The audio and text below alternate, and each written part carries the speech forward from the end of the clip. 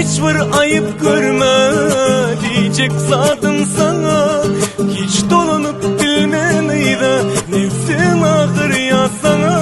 Menden hiç bir ayıp görme diyecek zadım sana.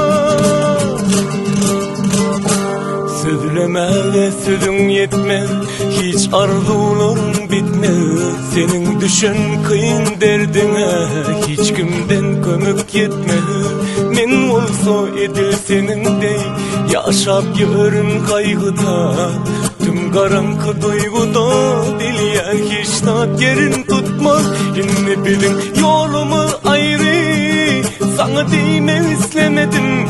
Gönlüme değme istemedim. Ne morlu men bilmedim. Sen olsa bana bir vefalı etmedin. Yavur çenden geçmedin. Senden dönmeye ulu sebep var bana. Men dolanıp bilmeneydi nefsim ağır ya sana. Menden hiç bir ayıp görme diyecek zadım sana. Men dolanıp bilmeneydi nefsim ağır ya sana. Menden hiç bir ayıp görme diyecek zadım sana.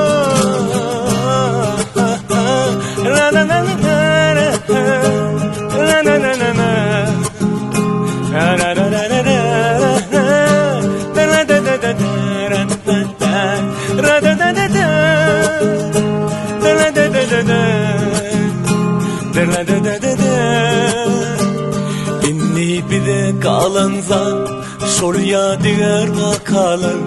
Har vaktık hem bulsa da ol elmidam yatlanır. Yüreğimizden hiç kaçan çıkmadı yalan vadalar. Şol vadalar yatlasam cevrin hiç tat yerin tutmaz. İnni bizim yolumuz ayrı, sana değme istemedim.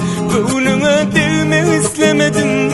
Ne morlu men bilmedim. Sen olsa bana bir vefalı etmedin. Yağmur çenden geçmedin. Senden dönmeye ulu sebep var bana.